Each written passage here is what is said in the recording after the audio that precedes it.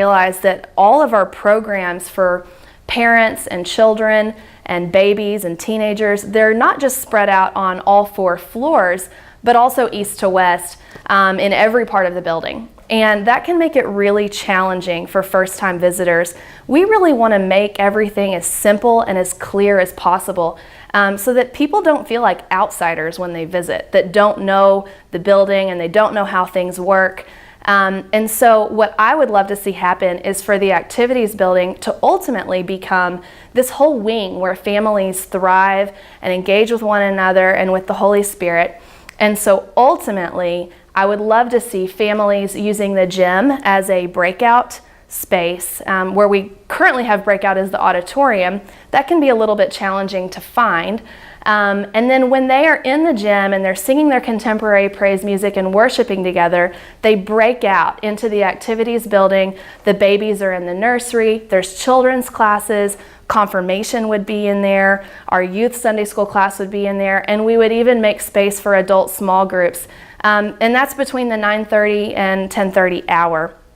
And so to me, that's just a really dynamic vision, a way that makes it easy for families to take the step from worshiping to growing all in 1 hour. I think that's really cool. And so we hope that that's the track we'll be on. But this particular building project, as it's been mentioned before, is really just a very small first step.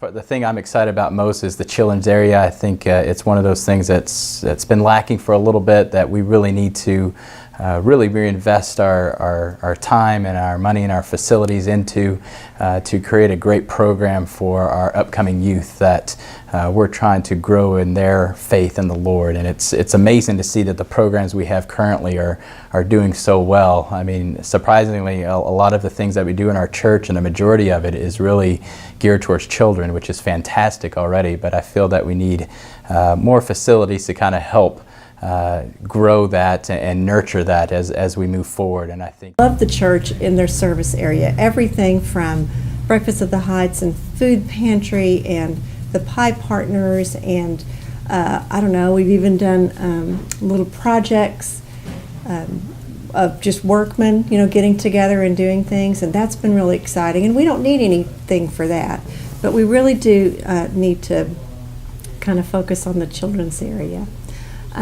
One other thing that I wanted to mention, that we are probably going to move in 6 to 8 months, and but we're still excited about what's going to happen here. We wanted to be sure when this started to give our donation early, and to be sure that it happens, because it was such a great blessing for our family to have this church to grow in, and we want to be sure that other families have that same opportunity.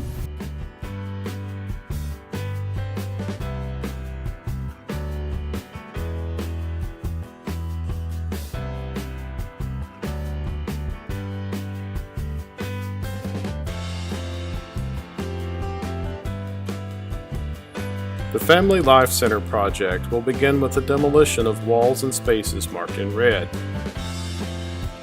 This will allow for fewer but larger classrooms to be built within the space provided. The restrooms will have a total makeover, and all facilities will be brought up to building codes for accessibility. The secure entry is the breezeway between the main building and the Family Life Center. It will have exterior doors to the driveway and playground.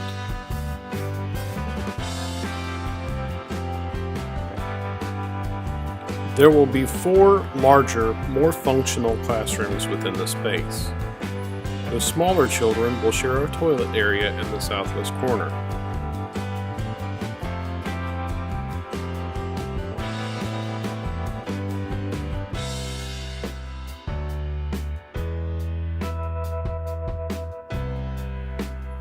The restrooms will be refurbished and brought up to building codes. A laundry area and janitorial room will be added as well.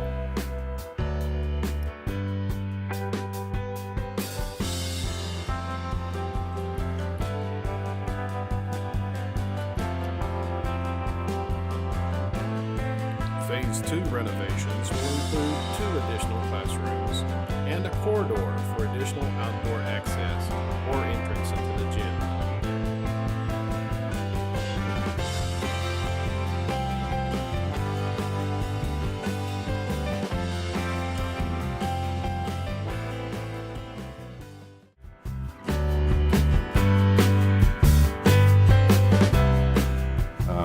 Bringing in new members, bringing in young families, and also reaching out to multi-generational families. So I think from the standpoint of the improvements in the fellowship hall, that'll be a great way to fellowship and to reach those multiple generations of families. It's very important that that happens.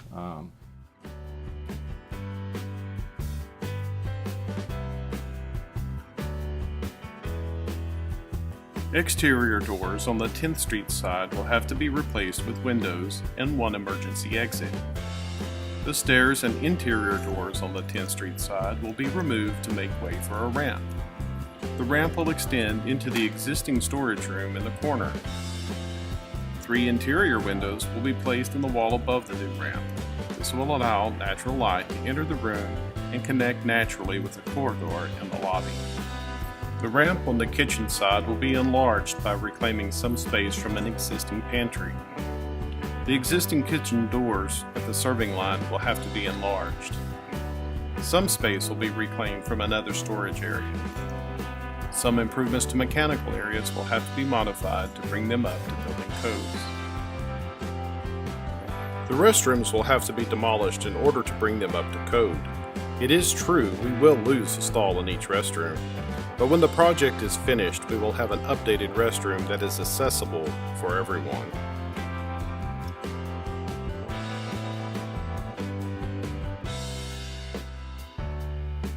The current Merle Anthony classroom will become the welcome parlor.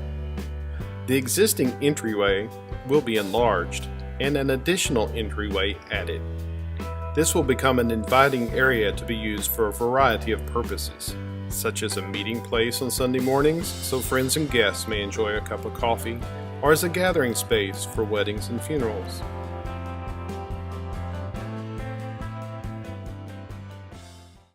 Breakfast at the Heights is entering its 10th year as an outreach ministry of Floral Heights United Methodist Church.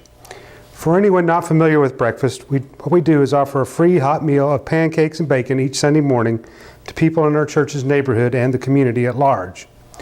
But I'd venture to say that most people are already familiar with breakfast because so many church members have volunteered to help make it happen.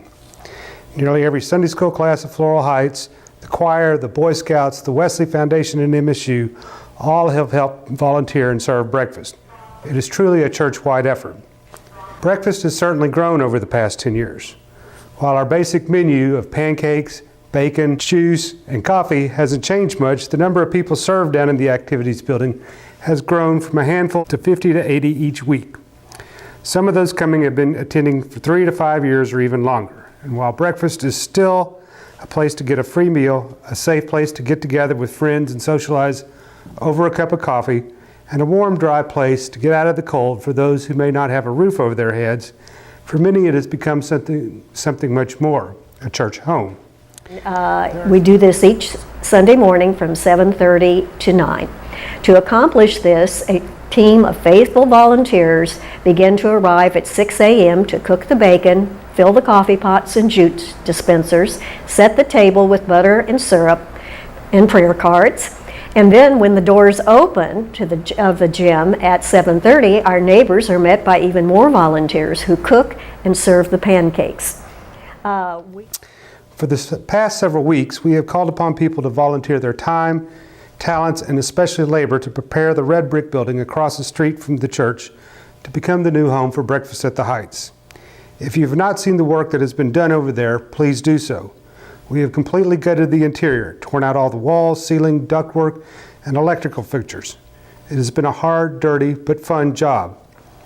Now that the volunteer demolition has been completed, and if the church provides funds for it through the passage of the building campaign, the next step will be for professional contractors to turn the building into not only a home for Breakfast at the Heights, but a multi-purpose facility that can be used for many groups throughout the church.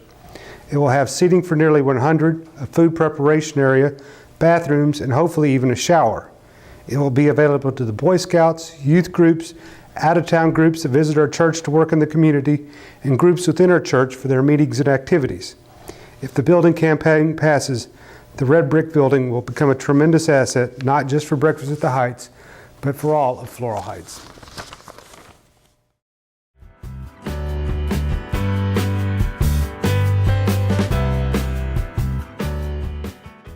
Floral Heights Food Pantry was started by our church in 1985, and it has grown into the area's largest food pantry. We feed an average of 2,000 households each month. We are currently registering about 20 to 30 new applicants each week, which shows how fast our food pantry is growing. We have received our own 501c3 status and changed our name to Floral Heights Community Food Pantry.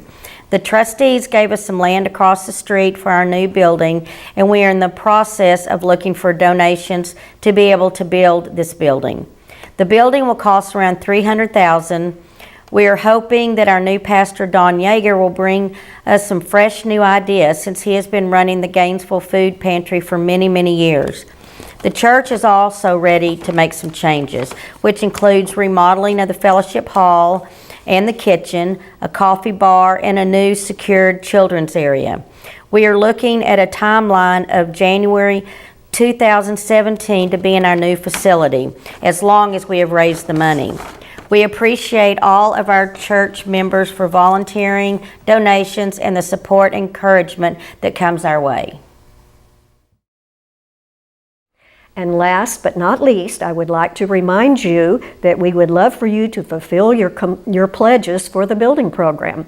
Our Breakfast at the Heights team has already gutted the old red brick building across the street, and we hope to move in by September 1st, 2016. Thank you.